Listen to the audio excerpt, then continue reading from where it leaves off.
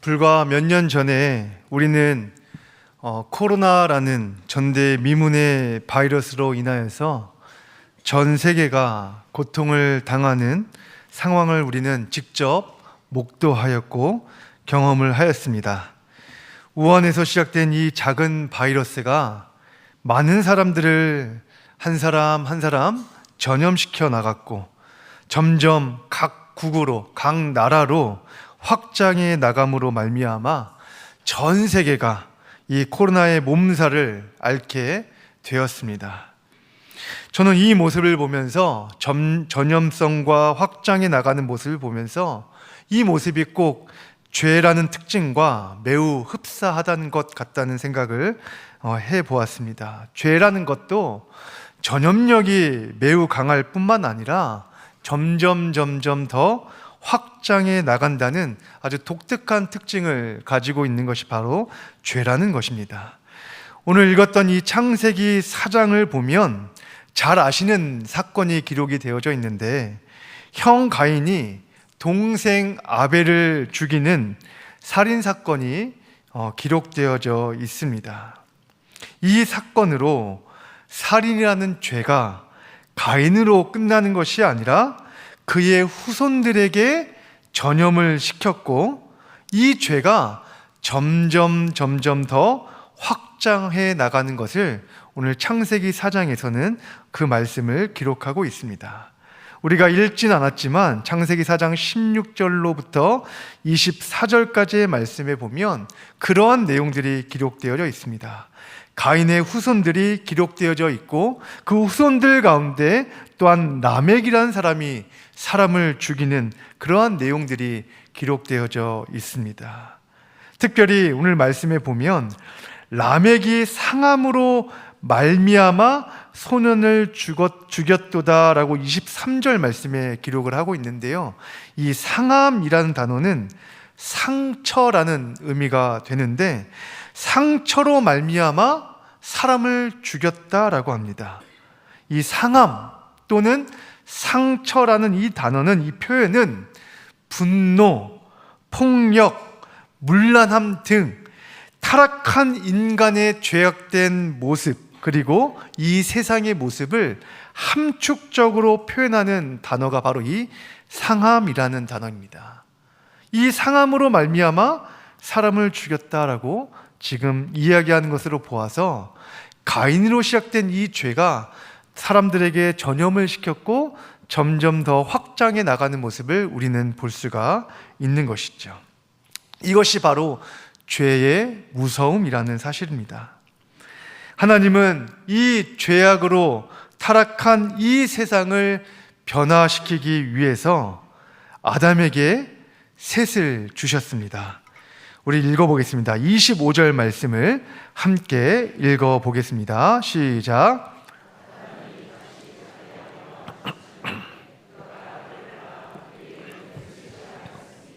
이는 하나님이 내게 가인이 죽인 아벨 대신에 다른 씨를 주셨다 함이며, 여기서 우리가 눈여겨보아야 할 표현이 있는데요, 가인이 죽인 아벨 대신에 라는 표현입니다. 이 아벨 과연 누구이겠습니까?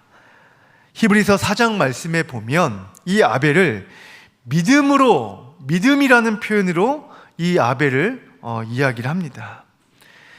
믿음으로 하나님께 제물을 드렸던 이 아벨, 다시 말해 하나님께 매 순간마다 예배하며 믿음으로 살았던 경건한 사람이 바로 이 아벨입니다. 이 아벨 대신에 오늘 성경 말씀에 보니까 셋을 주셨다라고 이야기합니다. 셋, 이 셋이라는 이름의 뜻은 정리하다라는 의미가 담겨져 있습니다. 그렇다면 아벨 대신, 여기 말씀에 보면, 오늘 말씀에 보니까 가인이 죽인 아벨 대신에 다른 씨, 이 셋을 주셨다는 것은 무엇을 의미할까요? 창세기 4장 16절로부터 아까 24절까지의 말씀에 보면 가인의 후손들과 그의 직업들이 아주 상세하게 기록이 되어져 있습니다. 그렇게 기록한 이유가 무엇일까요? 가인의 후손들, 하나님 없이도 내 스스로 살 수 있다라는 이 교만함과 동시에 이 땅에서 죄악을 일삼으며 살아가는 모습을 지금 4장 16절로부터 24절까지의 말씀에 가인의 후손들의 이름과 함께 직업을 통하여서 그 모습을 보여주고 있다는 것입니다. 그러한 모습 가운데 가인의 후손들로 인하여서 죄로 더럽혀진 이 세상을 하나님께서 정리하시겠다는 것입니다. 동시에 아벨처럼 하나님을 예배하며 믿음의 삶을 살아가는 세상이 도래하기를 기대하며 아벨 대신에 지금 셋을 주셨다라고 이야기를 하고 있는 것이죠. 정리해 보자면 하나님께서 아벨 대신 셋을 주신 분명한 이유는 죄악으로 타락한 이 세상을 정리하시고 셋을 통하여 경건한 믿음의 세상으로 변화시키기 위한 하나님의 계획이라는 사실입니다. 이러한 부담감을 가지고 셋은 이 세상에 태어나게 되었습니다. 그리고 이 세상에서 아벨처럼 믿음으로 삶을 살며 하나님의 뜻대로 거룩하게 살려고 애쓰며 그렇게 셋은 이 세상에서 죄악으로 가득 찬 죄악에 물든 이 세상 가운데 그럼에도 불구하고 하나님의 뜻 가운데 살았던 인물이 바로 이 셋이라는 인물입니다. 그렇게 살다가 셋은 또 자녀를 낳게 됩니다. 26절 말씀인데요, 함께 읽어보겠습니다. 시작. 그때 사람들이 비로소 여호와의 이름을 불렀더라. 아멘. 셋도 경건하게 믿음 가운데 살다가 드디어 자녀를 낳았습니다. 그 자녀의 이름이 에노스입니다. 이 에노스라는 이름의 뜻은 연약하다라는 의미가 담겨져 있습니다. 이 연약하다, 연약함이라는 단어는 치료가 거의 불가능한 상태를 의미하거나 또는 고통 가운데 내가 아무것도 할 수 없는 인간의 상황을 나타낼 때 사용하는 단어가 바로 이 연약하다, 연약함이라는 뜻입니다. 그러면 셋이 에노스를 연약함이라고 지은 이유가 무엇이겠습니까? 가인의 후손들로 인하여서 죄악에 물든 이 세상 문화 속에서 그럼에도 불구하고 하나님이 도와주시지 않는다면 나는 절대로 이 죄의 유혹에 넘어갈 수밖에 없고, 하나님이 도와주시지 않는다면 나 스스로 살아갈 수 없는 정말로 연약한 존재입니다라고 고백하면서 그 가운데서도 말씀대로 경건하게 살기로 다짐하겠다라는 그러한 의미가 담겨져 있다는 것이죠. 그러한 다짐과 고백으로 셋은 아들의 이름을 에노스라고 짓게 된 것입니다. 셋이 그렇게 에노스를 낳고 하나님의 도우심을 구하며 나의 연약함을 인정하며 죄악이 가득한 세상 속에서 말씀대로 경건하게 살려고 몸부림 쳤을 때, 그때에 놀라운 일이 벌어집니다. 오늘 26절 하반절에 보니까 그때에 사람들이 비로소 여호와의 이름을 불렀더라. 그때 나의 연약함을 고백하고 하나님의 도우심을 구했을 그때 사람들이 비로소 여호와의 이름을 불렀다라는 것입니다. 여호와의 이름을 불렀다라는 것은 하나님과의 인격적인 관계가 다시 회복되었다라는 것을 의미합니다.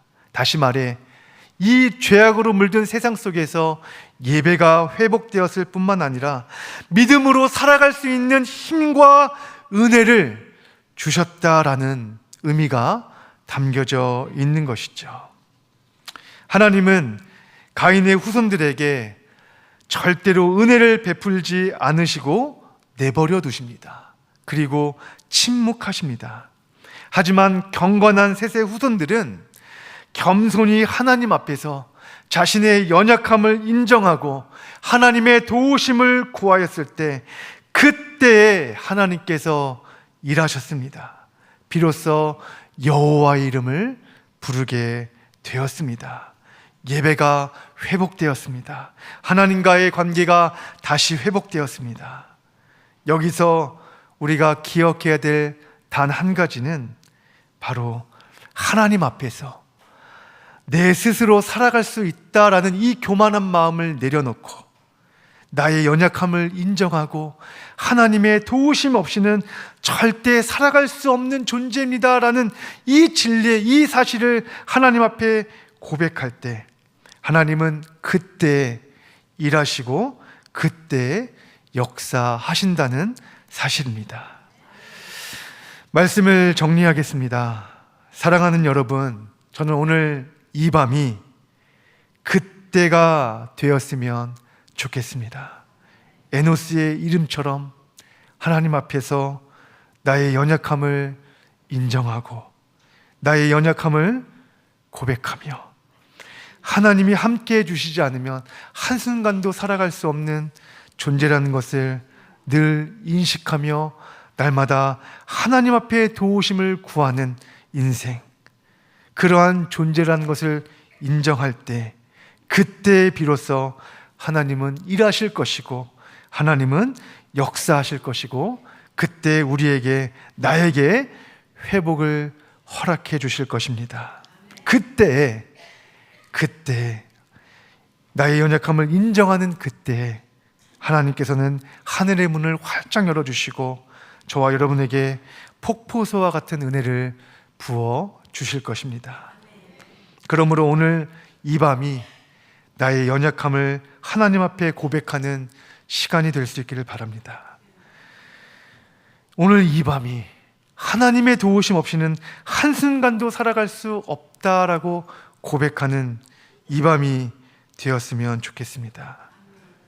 우리 모두에게 그로 말미암아 비로소 여호와의 이름을 부르는 밤, 비로소 여호와께서 저와 여러분에게, 우리의 가정에게 회복을 주시는 밤, 비로소 여호와께서 우리에게 은혜와 축복을 주시는 에노스와 같은 이 밤이 되실 수 있기를 우리 구주 예수 그리스도의 이름으로 간절히 축원드립니다.